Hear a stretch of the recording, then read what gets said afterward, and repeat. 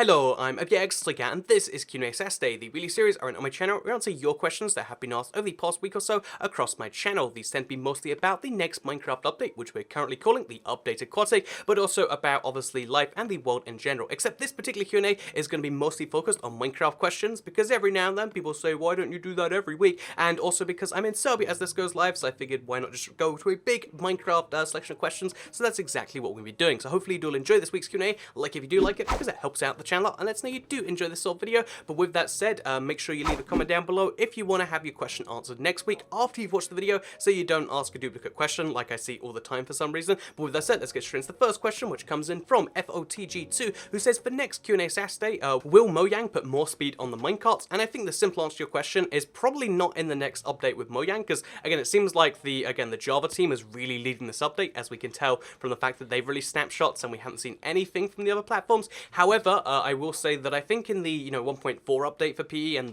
perhaps the 1.14 update for Java, they will increase the minecart speed, or whenever 4J starts working on the Bedrock, because as soon as 4J start working on the Bedrock edition, I feel like one of the first things they're going to do, because again, at some point in the near future, we know they will start working and helping make that edition work on the consoles. So as soon as they start doing that, I feel like someone's going to be like, hey, how about we make the minecart speed work faster? It made the console edition better. And they're going to be like, actually, that's a good point. Why don't we make it faster? And then they're going to have minecarts be faster, because minecarts go so slow on the Java edition right now. Like, it's almost unbelievably slow. And I feel like, again, it'd be like an easy fix for the, an easy addition to the game. So I imagine we will in fact see that. So to answer your question, yeah, I think they will put more speed in the minecarts, but I don't think it's going to be a while out. And I think it's going to be one of those things where like, oh, they would probably do it right now, but I don't think anyone internally has suggested the idea, because again, most people think minecarts are fine internally, I imagine. But the 4J guys, they made the minecarts way more fast, it made it more fun. So why not do that on every platform? And that's just until they start working on the other platforms. But let's move on to the second question, which comes in from Akash Deb, who says, Q&A, in this video you said that Nintendo Switch lifespan would be short, but Nintendo themselves said they would like the Switch to last for the next 10 years. So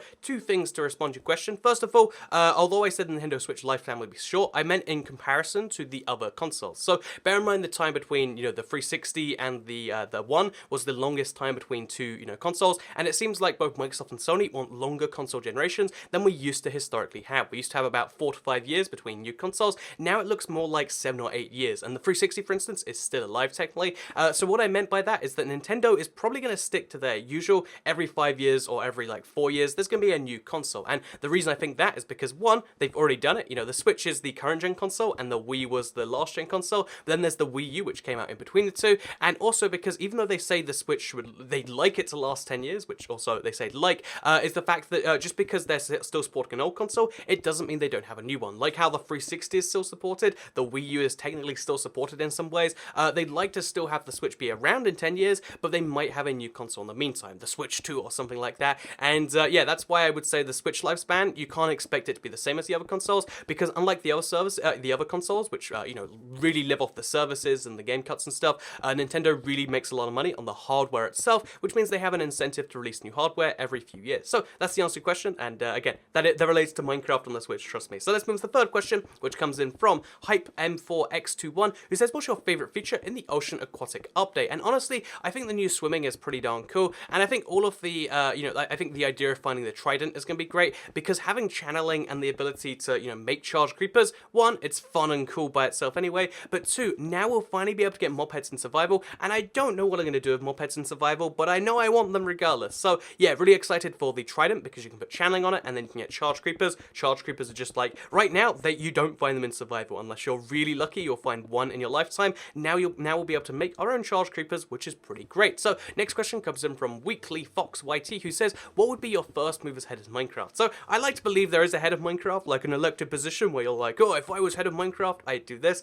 And honestly, the one change, if I was like, head of Minecraft, I'm like, okay, what's the first thing we do? I would say make a monthly Minecraft update. I don't know what, I don't know if you'd make it the same day each month, or if you sometimes allow it to be a little bit late, but I think having a monthly Minecraft update would be a really good idea, because right now they've confirmed they want to do a update every 6 months of the year, or essentially 2 updates a year, which is nice and all. And like, I feel like compared to games back when Minecraft came out, that was amazing. Like the idea of updating a game forever, really cool thing. But we live in the age where games are being updated very frequently. If you look at Fortnite, they have an update pretty much every single week, and that's one of the reasons they're so successful. Versus PUBG, which is slowly losing popularity because they rarely update it. You can really see how big a deal updating a game is versus not updating. And although I think weekly would be too much for Minecraft, in fact, seeing snapshots every week, you get snapshot fatigue because once a week is a bit too frequent to make them feel special. Whereas when you have when you have some brand new content to experience every month, it's kind of exciting to go and explore it. It means there's always something bringing you back.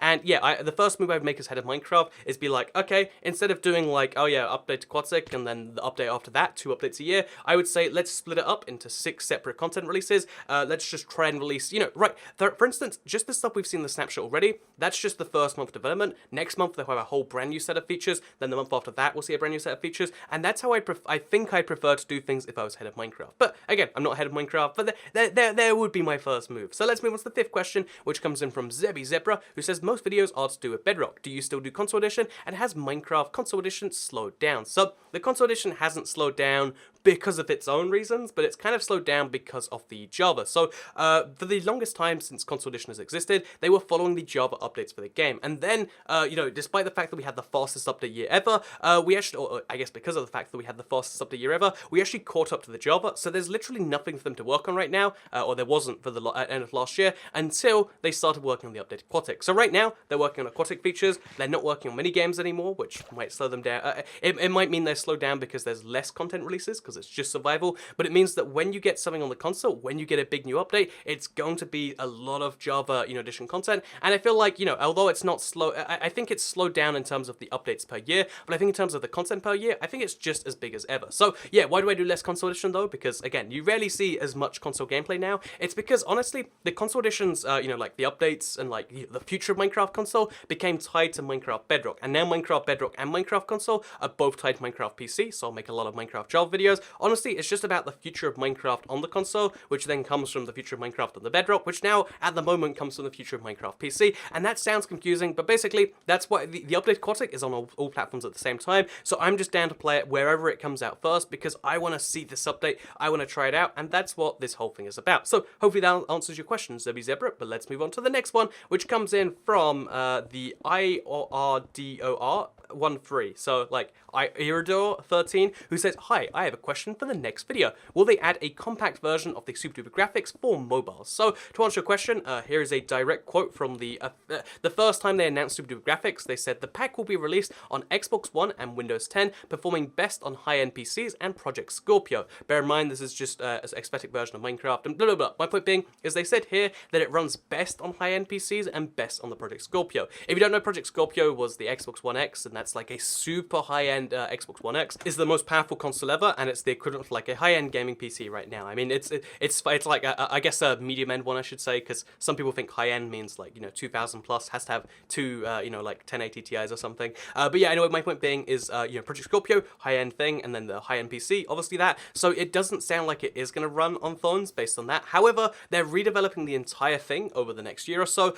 they might release a super duper graphics pack that is available for all platforms, because over a year, a lot of things are going to change. So let's move on to the next question, which comes in from Yaboy Nalis2347/Takashi Oyama, who says, I'll try to keep it short, but can you bring back the Let's Play week? So it's one of the main reasons why I watched you. So yeah, if you don't know, I had a Let's Play week back in like 2015 January, I think it was, when I went to Ireland. I think it was.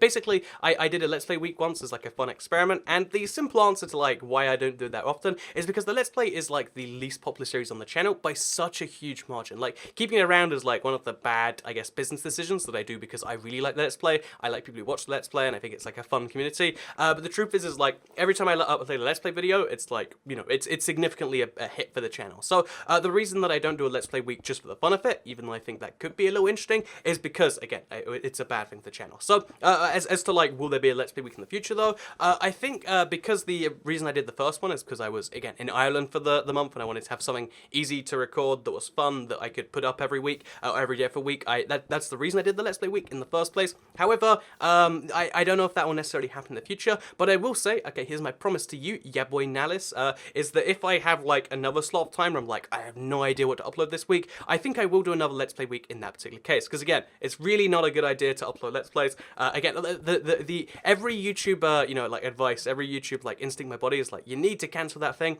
But I love the fact that it's like my longest running series. I love love every week the kind of deep dive into talking about ice cream in the future and like I guess everything in between those two things.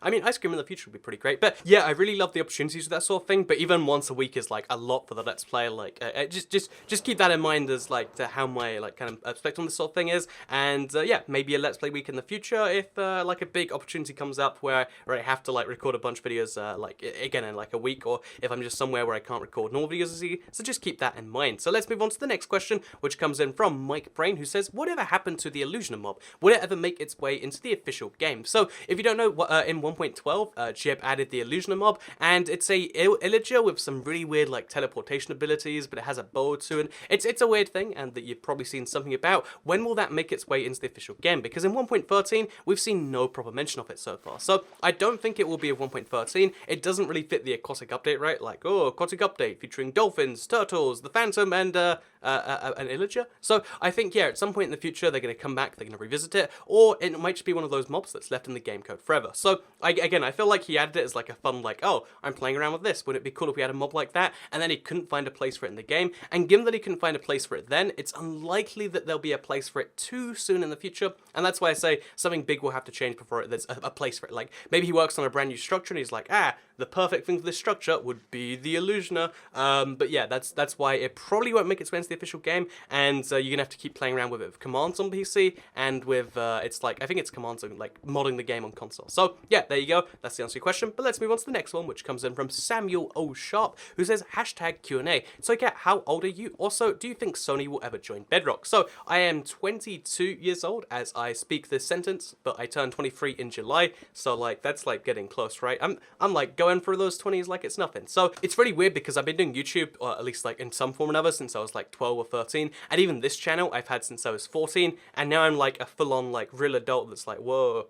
Like, that's, anyway, my point being is, so the answer, he says, what do you think about Sony will ever joining, what do you think about Sony joining Bedrock? I think that Sony will maybe join Bedrock eventually, because looking at Nintendo Switch and the way they've joined it, it's a really, really, you know, it doesn't promote Microsoft in any way, or sorry, it doesn't promote Xbox in any way. It's just a way for Switch users to play with Xbox users. It says like a Microsoft account instead of an Xbox Live account. There's a lot of concessions, I think, to make it seem like it's not Xbox Live on another platform. So I feel like once Sony sees that, and once, honestly, because the big thing is like their current leadership thinks we need to just keep our dominant market position at any cost possible. I think they'll eventually realize like, oh, well, I mean, like, what is this? Like, you know, we're talking about a game with like 2 million players on the PlayStation, but there's a community of like 100 million players out there that they could play with if...